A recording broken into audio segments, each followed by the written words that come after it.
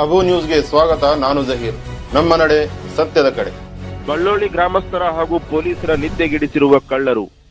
ಸತತವಾಗಿ ಸರಣಿಗಳ್ಳತನ ನಡೆಸಿ ಸಿಸಿ ಕ್ಯಾಮೆರಾದಲ್ಲಿ ಸೆರೆಸಿಕ್ಕ ಕಳ್ಳರ ತಂಡವೊಂದು ಬಳ್ಳೋಳಿ ಗ್ರಾಮಸ್ಥರ ಮತ್ತು ಝಳಕಿ ಠಾಣಾ ಅಧಿಕಾರಿಗಳ ಸಿಬ್ಬಂದಿಗಳ ನಿದ್ದೆಗೆಡಿಸಿದ್ದಾರೆ ಎಂದು ಝಳಕಿ ಠಾಣಾ ಅಧಿಕಾರಿ ಮಂಜುನಾಥ್ ತಿರಕನ್ನವರ್ ತಿಳಿಸಿದರು. ನಿನ್ನೆಯಷ್ಟೇ ಮತ್ತೆ ವಸತಿಗಳಲ್ಲಿ ರಾತ್ರಿ ಸುಮಾರು 12 ಗಂಟೆಗೆ 6 ಜನ ಕಳ್ಳರ ತಂಡವೊಂದು ಹಂಚು ಹಾಕಿದ್ದು, ಇದನ್ನು ಗ್ರಾಮಸ್ಥರಿಗೆ ತಿಳಿಯುತ್ತಿದ್ದಂತೆ ಗ್ರಾಮದ ಯುವಕರು ಕೂಡಲೇ ಪೊಲೀಸರಿಗೆ ಮಾಹಿತಿ ನೀಡಿದ್ದಾರೆ.